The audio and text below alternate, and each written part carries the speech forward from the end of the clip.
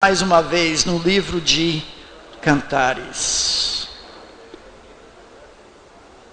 Cantares capítulo 1. Irmãos, eu não deixo de ficar impressionado pelo poder da palavra. Às vezes nós chegamos no púlpito, talvez sempre, com temor e tremor, e às vezes nossos pensamentos vagueiam para o que eles vão pensar de mim. Será que eles vão gostar? E às vezes nós perdemos a confiança nas sagradas escrituras e na tarefa do expositor. Como foi cantado aqui, nós somos meros mensageiros. O Nelson comentou na primeira noite essa ideia, o primeiro dia. Nós não somos sedutores da noiva, nós somos os amigos do noivo. Nossa tarefa é deixar a noiva cada vez mais encantada com o noivo. E a tarefa da exposição bíblica é explicar o texto e aplicar o texto. Explicação só é mera exegese no púlpito. O que justifica o nosso chamado é o aspecto aplicativo, contextualizado, encarnado. Senão Deus poderia ter gravado João Crisóstomo, boca de ouro, séculos atrás, e preservado isso, e sempre nós só pregamos o que ele falou. Mas Deus nos chamou para o nosso contexto ministerial, para pegar as palavras sagradas de Deus, claramente esclarecidas, explicadas, e aplicar para a vida do nosso povo. Nós somos embaixadores só, porta-vozes, carteiros. Nós não dançamos, enfeitamos, colocamos perfume na carta, nós entregamos a carta e saímos de cena. E nossa esperança é que o nosso povo, ao ler a carta do Senhor, se encante mais com Ele, e não com o carteiro. Eu fico impressionado também como a palavra de Deus pregada simplesmente, humildemente, explicada, aplicada, gera frutos. Que privilégio ministrar para uma plateia que bebe dessa fonte nesse congresso, que tem paixão pela palavra, mas acima disso pelo Senhor, e que vão levar esses aspectos, essas partes, esses nutrientes da palavra de Deus para as suas ovelhas. E o cântico dos cânticos para os nossos dias toca em lugares que outros livros bíblicos não tocam. Cantares capítulo 1, a partir do versículo 12, hoje nós vamos até 2:7. Um grupo popular chamado Nosso Sentimento, alguns anos atrás escreveu uma música chamada Namoro Escondido, que diz assim: é melhor esconder essa nossa paixão, não precisa ninguém saber. Vão querer te julgar, vão até te dizer que eu vou te fazer sofrer. Ficar contigo escondido para nenhuma outra pessoa se envolver na relação e acabar com o nosso amor. Não vamos deixar ninguém saber, é melhor deixar tudo em segredo. Eu confesso que morro de medo da gente terminar. Não vamos deixar ninguém saber, não vamos deixar ninguém notar. É melhor namorar escondido. É gostoso um amor proibido. Nada vai nos separar, nada vai.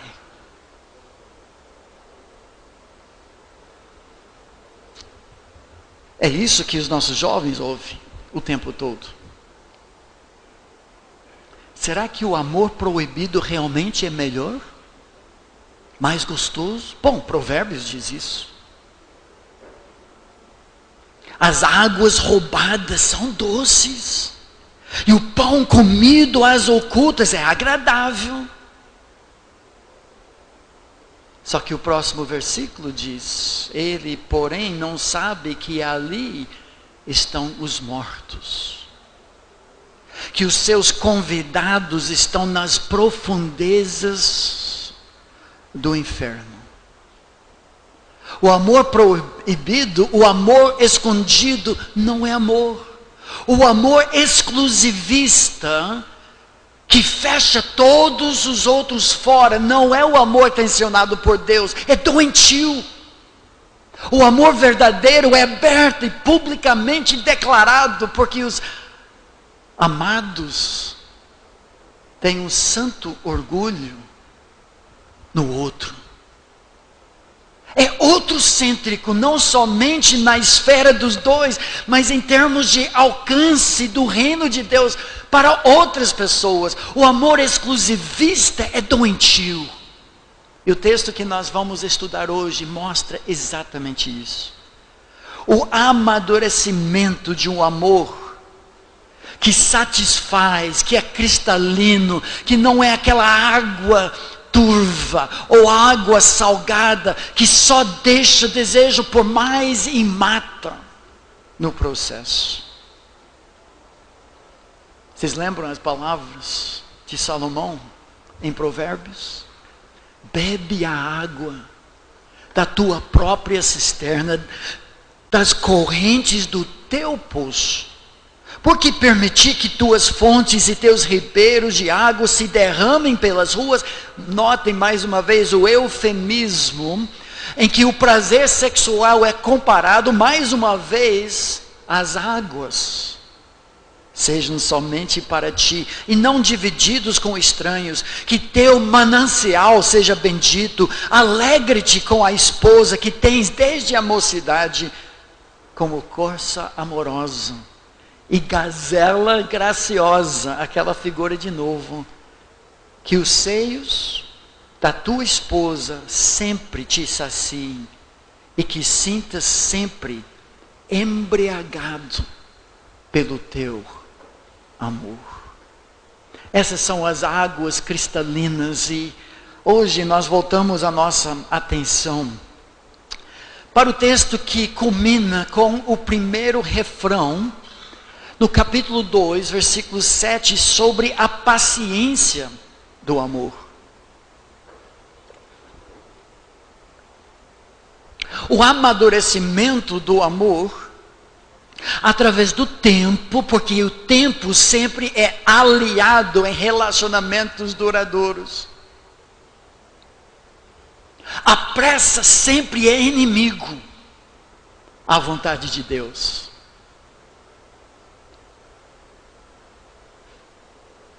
Nós entendemos, à luz desse texto e do livro todo, que casamento não é o alvo, não é o auge da experiência humana, o amor, romance e sexo, mas servem como um reflexo da glória de Deus. O casamento e tudo envolvido nele, desde namoro, noivado, visa o reino de Deus, a glória de Deus. Esse é o propósito desde Gênesis capítulo 1. É isso que nós lemos no livro de Efésios, citando Gênesis, quando o apóstolo Paulo deixa claro que o ponto principal não é o casamento, não é o papel do marido, o papel da esposa. Eis porque deixará o homem a sua esposa, o seu pai e a sua mãe, e se unirá à sua mulher, e se tornarão os dois em uma só carne. Mas depois ele diz: grande é este mistério. Ou seja, uma verdade que não foi vista no passado, mas em Cristo foi revelada. Eu me refiro, em termos do papel do marido, do papel da esposa, aquele longo texto em Efésios 5, eu me refiro a Cristo e à igreja. Alguns de vocês perguntaram para mim ontem a resposta à pergunta número 2, se é válido pregar o livro de Cantares sobre o relacionamento de Jesus e a igreja. Eu tomo uma posição muito firme, dizendo: depende.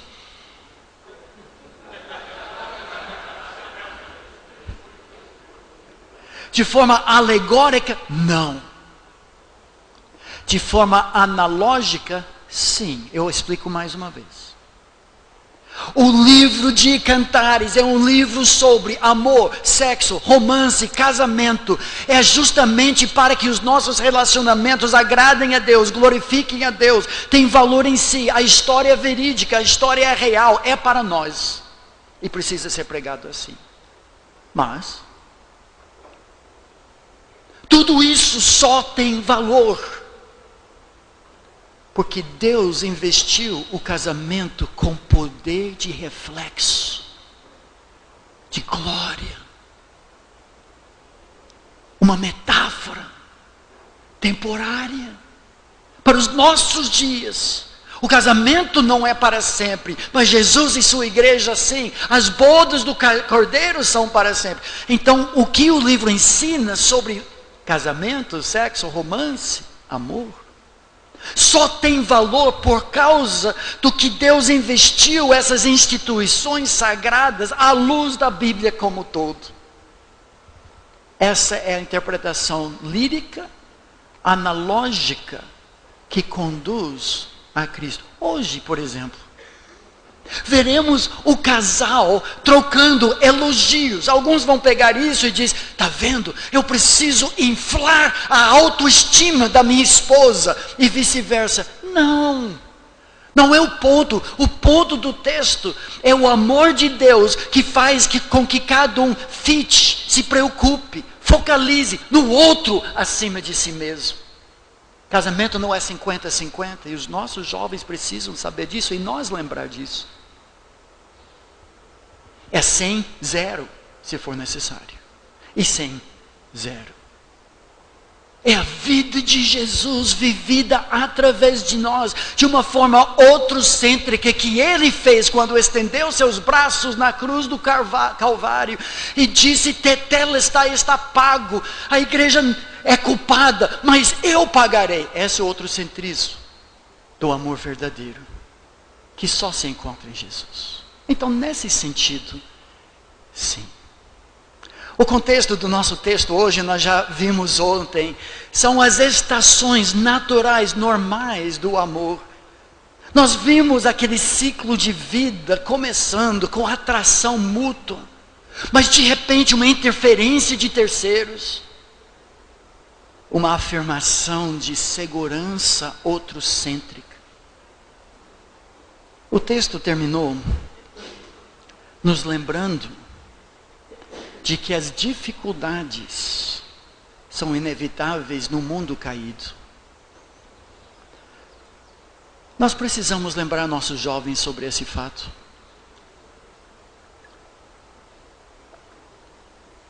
A interferência virá. Os desertos. Os casais despreparados que acham que vai ser mar de rosas, mil maravilhas, estão muito mal preparados para o casamento. Mas notem, Deus é mais glorificado em nós no deserto do que na bonança, no oásis.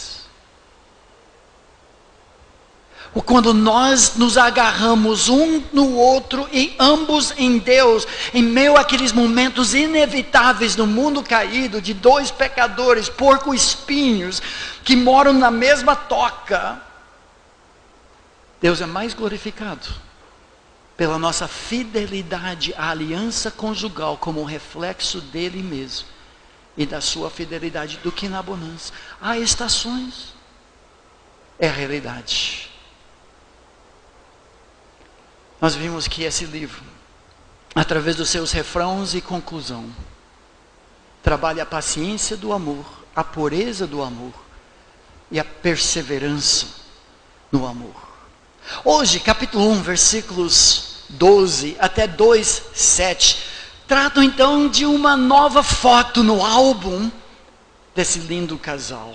O amadurecimento do amor pela apreciação mútua, que infelizmente às vezes, quando acaba o hormônio de amor, do amor que a revista Veja, alguns anos atrás, identificou, que dura, essa adrenalina, essa... Qual é aquela palavra para adrenalina do corredor? De quem faz culpa? Não testosterona, isso aqui. Endorfinas do amor acabam depois de um ano. Lamentavelmente, às vezes, a paixão e os elogios mútuos, a apreciação também acabam. Mas o amor pode crescer e não há nenhuma razão, porque depois de 34 anos, no meu caso, alguns aqui talvez 40, 45, 50 anos, alguns 6 meses, alguns 3 anos, não precisa acabar. O que encontramos nesse texto, e alunos do Pregue a Palavra, a sua estrutura, eu chamo o DNA do amor.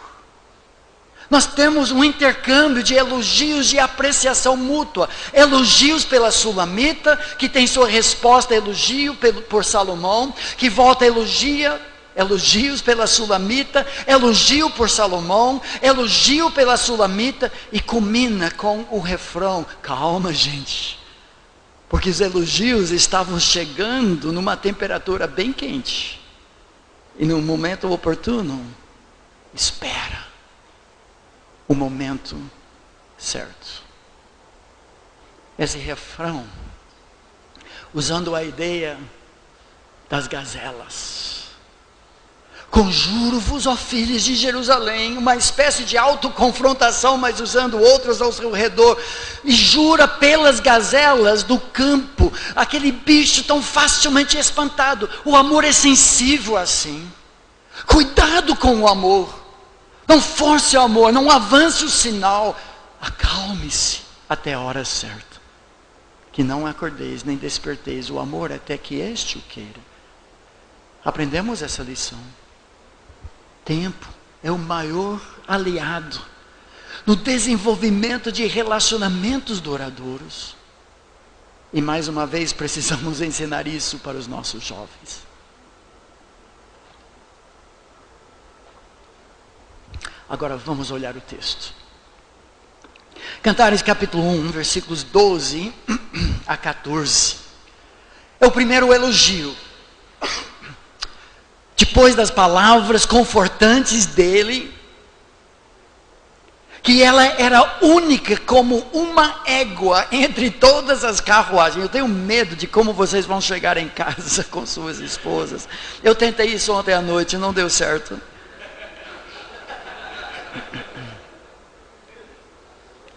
E essa declaração aberta de amor para com ela, que a assegurou do amor dele, e não somente isso, também baixou a bola das mulheres da corte, que agora de repente entram no coro e dizem: menina, então você é um de nós, então nós vamos preparar enfeites, tudo especial para você, baseado nessa segurança.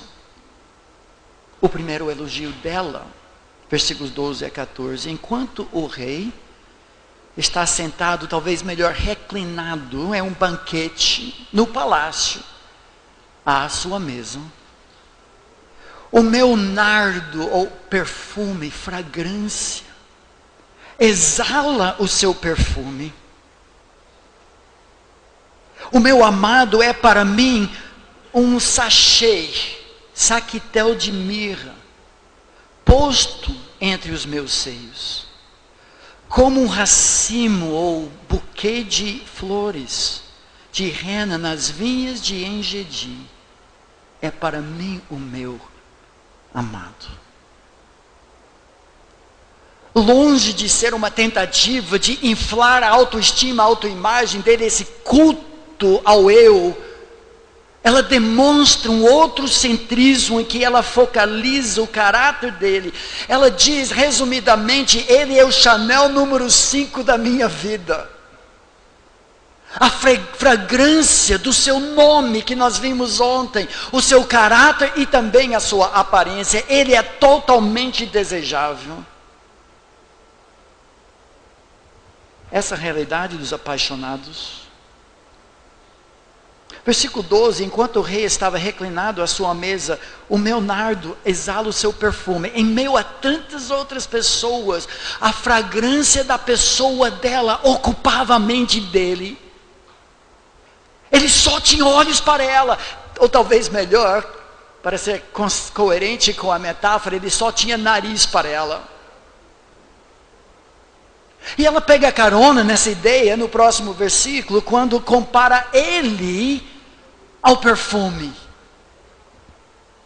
Dizem que o olfato é o sentido nosso mais forte em termos de estimular memórias. Você já passou por isso?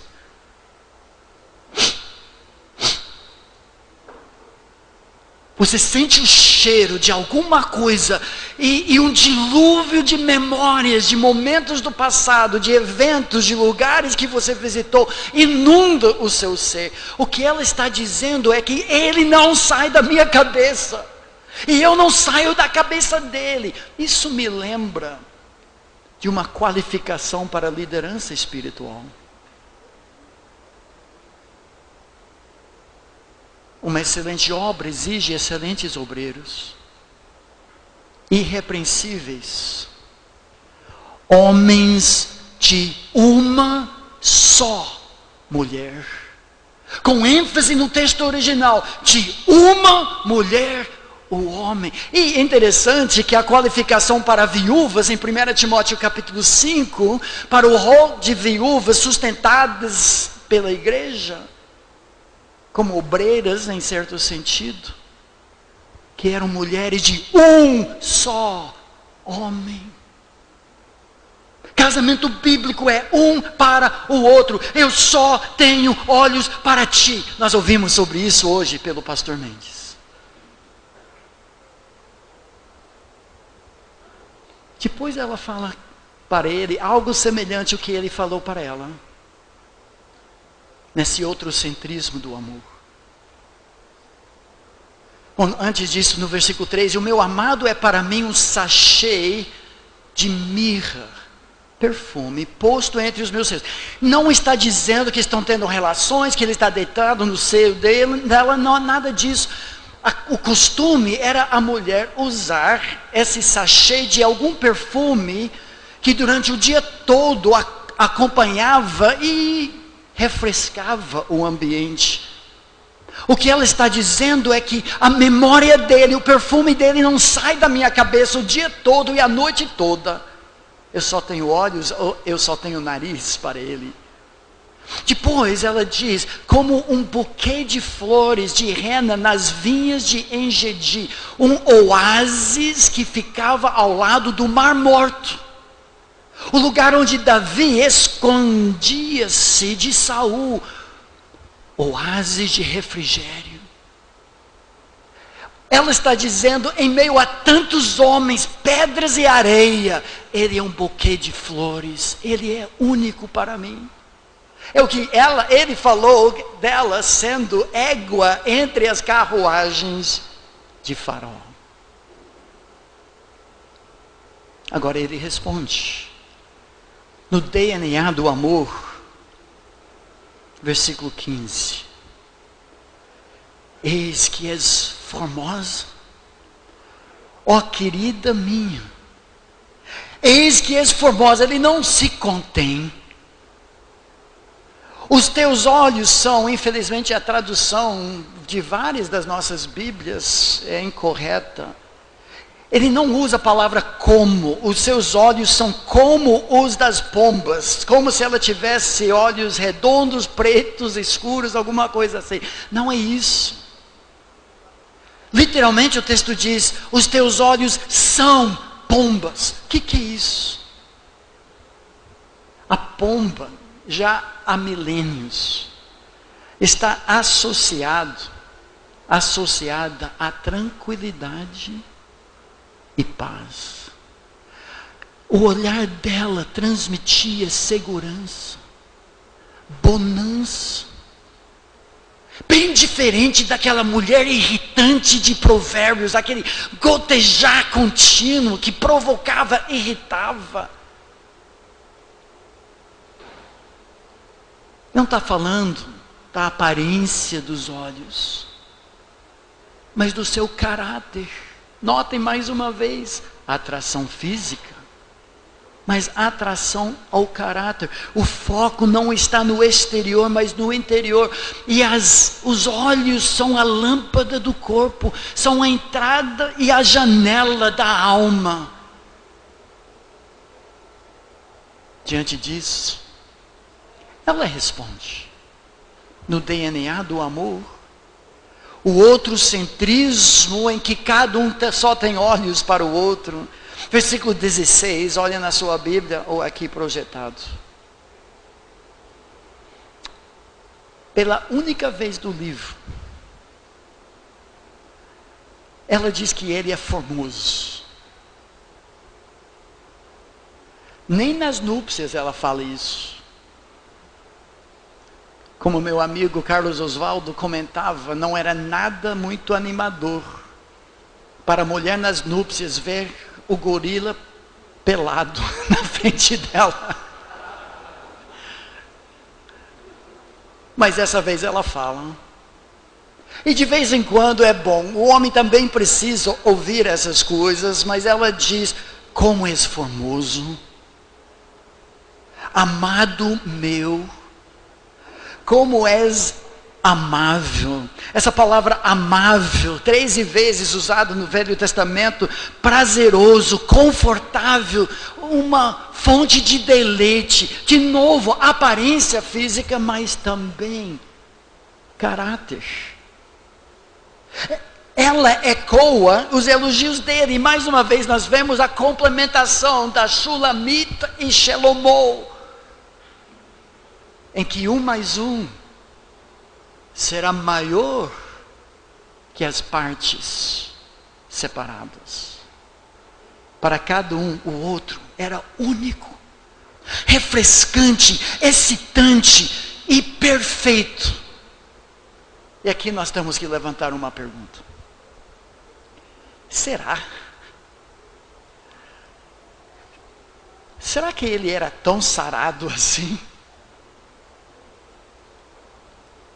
Será que ela era tão perfeita assim? Nós já sabemos a resposta, meus amigos, não. O texto não está exaltando o aspecto meramente físico externo. Porque ela já declarou com muita insegurança, eu sou morena, numa vida de branquelas, valorizadas demais. Ela se desprezava, ela não era tudo aquilo não. E nem ele. O ponto é que a beleza está aos olhos de quem vê. A paixão, o encanto e o compromisso outrocêntrico fazia com que no meio do palácio e banquetes não havia mais ninguém, somente o amado. E aqui, com medo de chover no molhado, eu creio que nós temos que levar muito a sério o princípio outrocêntrico, exclusivo, de nós sermos homens de uma só mulher.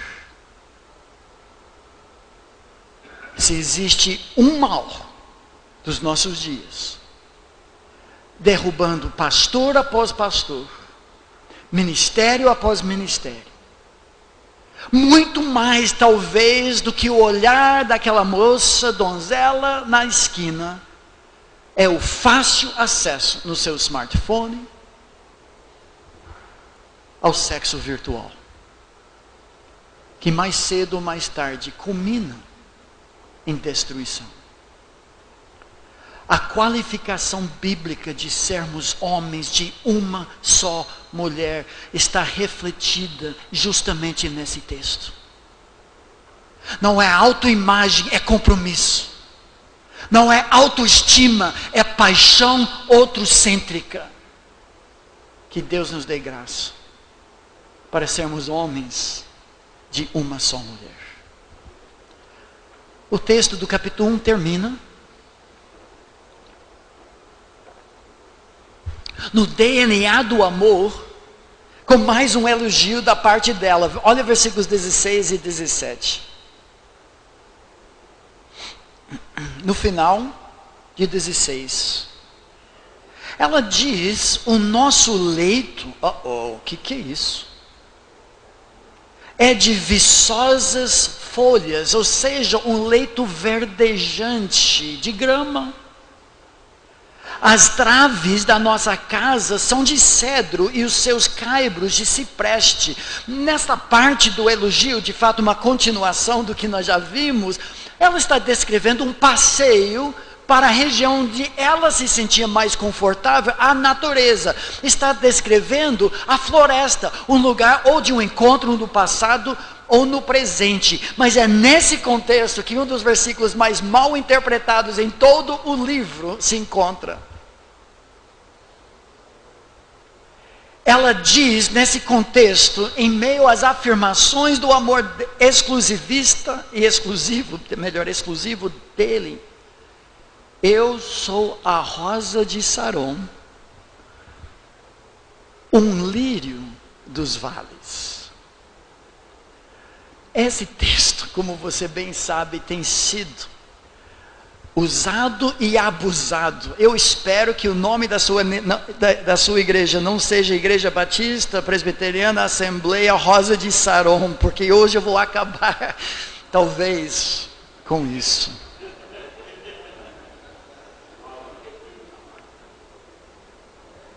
A interpretação contextual nos leva a entender que não tem nada a ver com Jesus.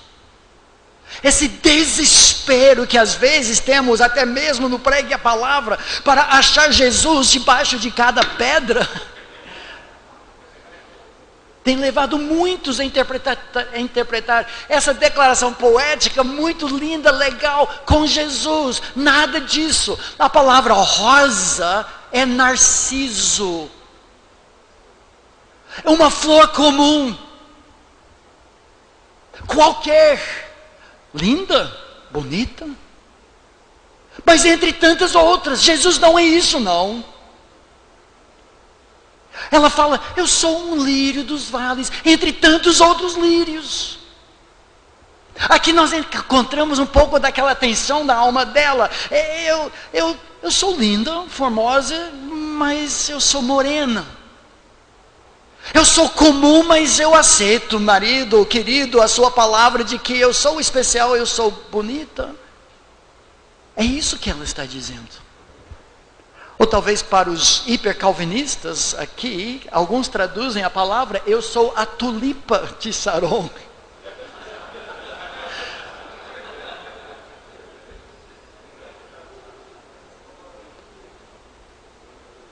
Mas irmãos, olha o elogio em resposta. Que coisa linda!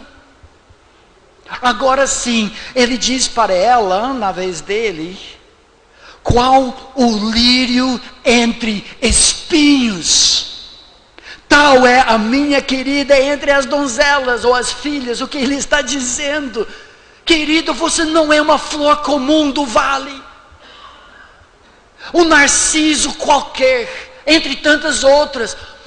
Se todas as outras mulheres fossem espinhos, você é uma flor. Agora sim. Égua, flor entre espinhos.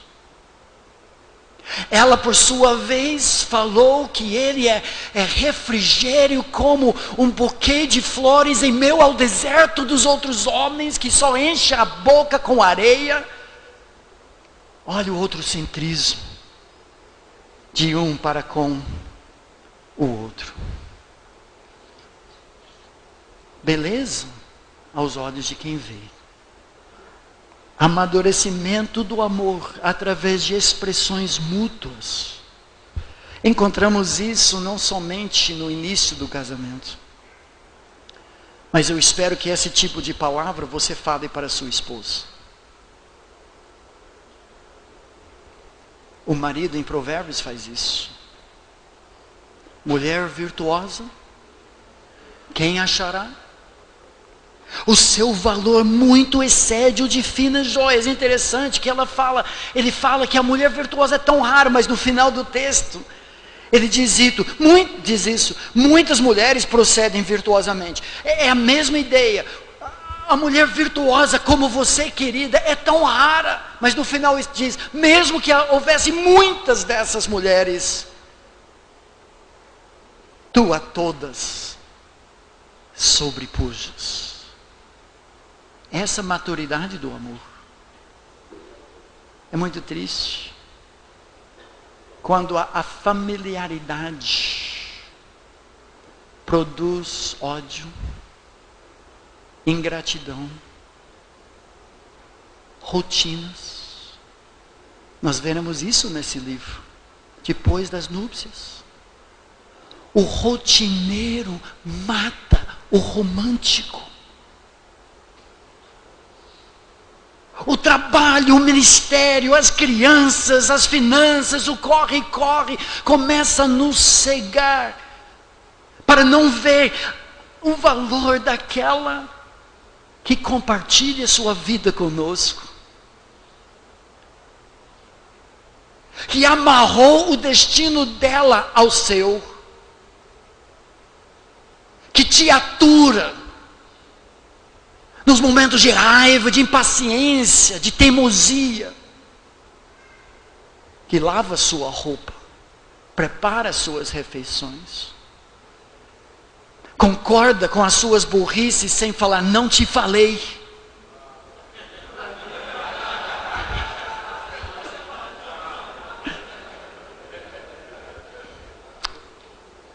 Mas agora é a vez dela.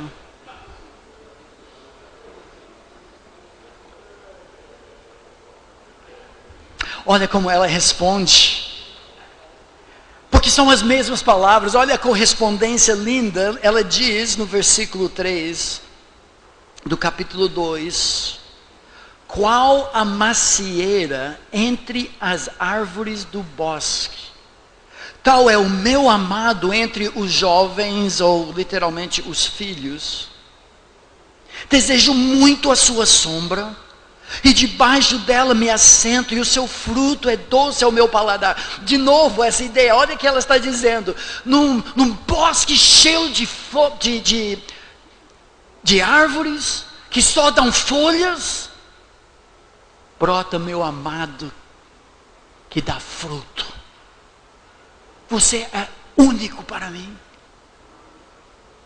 E ela expressa o desejo, eu entendo, nato do coração de toda mulher, ou talvez daquelas redimidas pelo sangue de Jesus. Ela deseja a proteção dele. Ela que ficava debaixo daquele sol escaldante o tempo todo, com calos nas mãos, agora ele oferece refrigério, fruto, delícia, descanso e proteção. O homem é isso. Maior tragédia do mundo é quando aquele que Deus chamou para proteger é justamente aquele que maltrata, que abusa, com palavras, verbalmente, sexualmente, emocionalmente. O homem foi feito para estar sombra, para desbrevar inimigos e proteger a sua esposa. Foi isso que Adão não fez.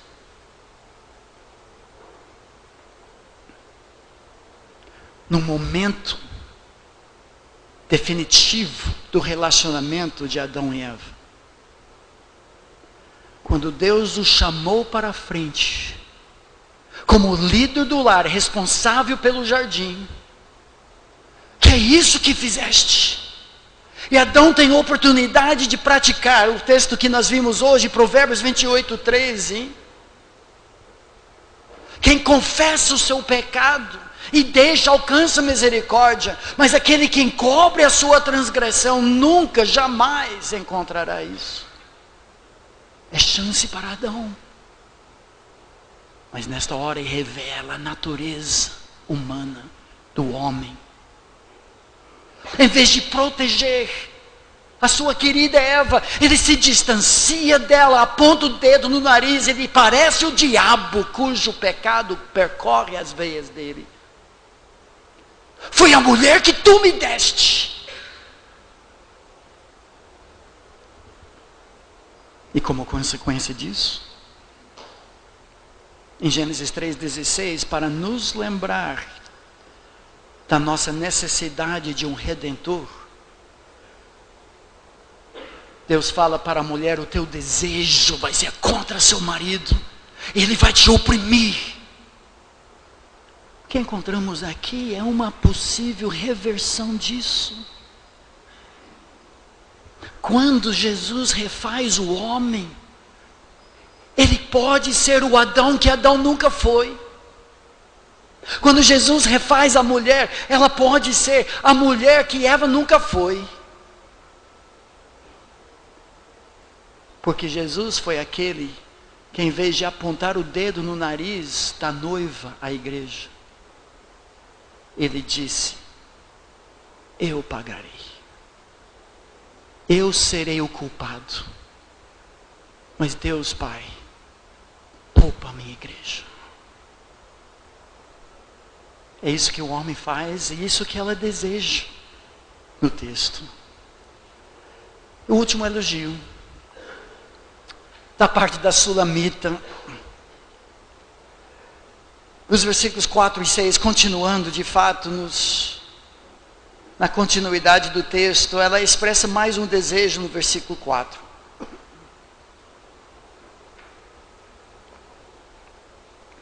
E diz para ele: leva-me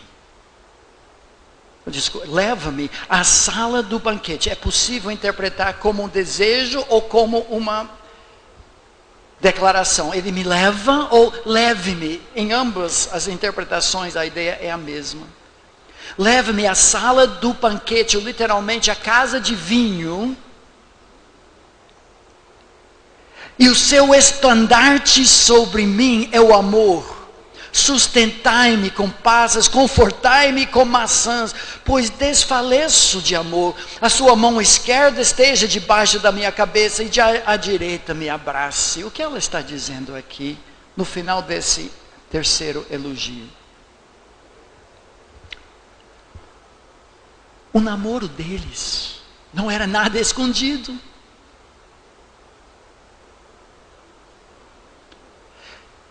O noivado deles e o amor dele foi algo escancarado, declarado, que envolvia outras pessoas e não restava dúvida na mente de ninguém. Ele a introduz no meio do banquete do palácio. Meus amigos, é outro versículo muito mal interpretado no livro. O estandarte sobre mim é o amor, não tem nada a ver com Jesus. O que ela está dizendo é que o amor deles não foi um amor escondido, só os dois. O estandarte foi usado pelos exércitos para reagrupar as tropas dispersas. Era uma declaração de segurança colocada na parede, talvez, dos muros de uma cidade. É aqui que nós vamos reagrupar, nós vamos nos preparar para outra batalha. Mas aqui é lugar de segurança. Era sinal de posse, era sinal de proteção. E ele colocava isso sobre a cabeça dela. Ela é a minha noiva. O meu amado é meu. E eu sou dele. O desejo dela é pelo conforto dele e também pelas núpcias. Porque nesse crescendo de amor, nós chegamos ao ponto que, mais uma vez, como o livro começou, que ela deseja uma posição, sim, de relação do casal, em que a mão dele está debaixo da cabeça dela, ele a abraça, mas não é agora. E nesse crescendo de amor, o texto termina com o refrão da paciência. Me ajudem, filhos de Jerusalém.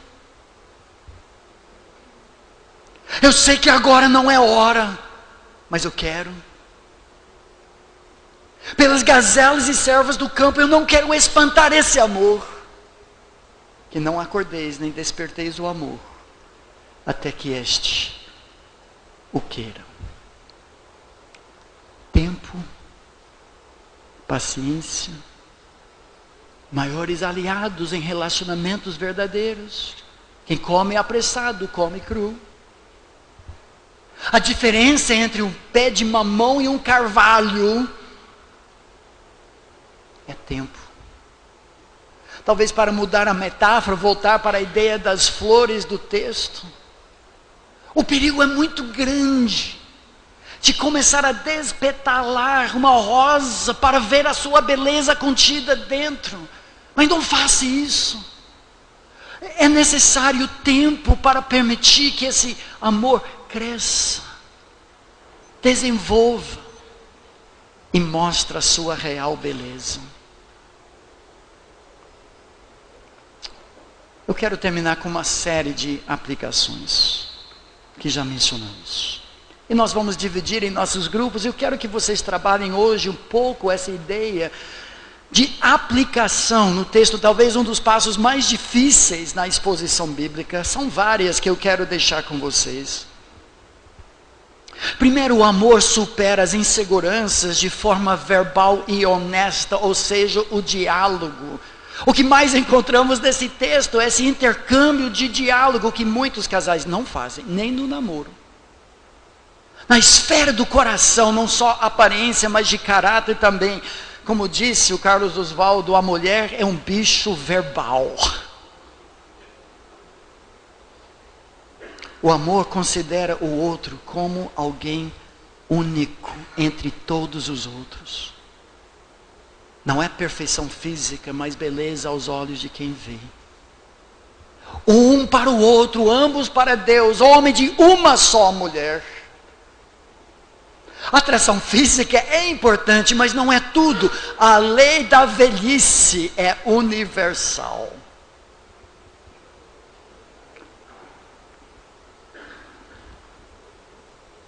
Em quarto lugar, o homem sábio proporciona proteção, descanso e segurança para sua amada. É isso que diz Efésios 5. O marido cristão é o pastor da alma da sua esposa, o providenciador e o protetor dela.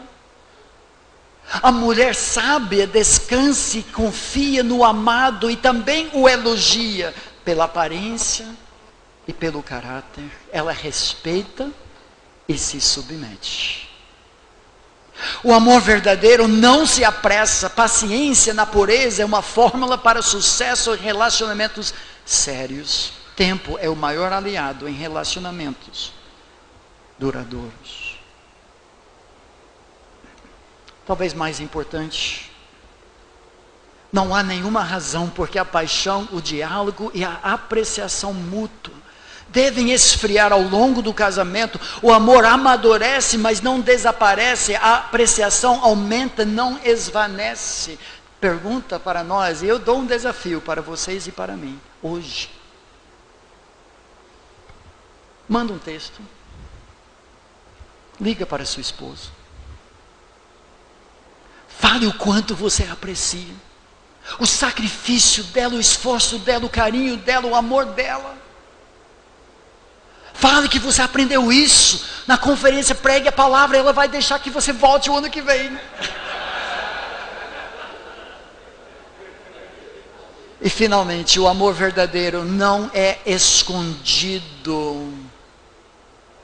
A segurança nas demonstrações abertas e apropriadas, conforme ela gosta, de amor, e aqui a palavra-chave, outrocêntrico. Qual é a grande ideia? O relacionamento cresce através de afirmações outrocêntricas de amor genuíno. Não é bajulação, autoestima, autoimagem. Mas o outrocentrismo de Jesus, em que você só tem olhos para ela, e ela só tem olhos para você. O relacionamento cresce através de afirmações outrocêntricas de amor genuíno. A sua tarefa agora nas suas mesas, nós temos todos os 15 minutos hoje, será avaliar essas questões. Certa vez alguém comentou, há mais heresia pregada na aplicação do que na explicação do texto. Você concorda ou discorda? Porque a aplicação muitas vezes é tão difícil para nós como expositores. Eu gostaria que vocês trabalhassem um pouco essa questão. E relacionado aqui, quais os passos necessários para passar de explicação do texto para aplicação na exposição bíblica? Se exposição bíblica é explicação aplicada, como você faz essa ponte de um para o outro? Nós teremos 15 minutos no final desse período, nós vamos voltar, encerrar o nosso tempo, mas trabalhe um pouco essas questões à luz do que nós fizemos aqui hoje.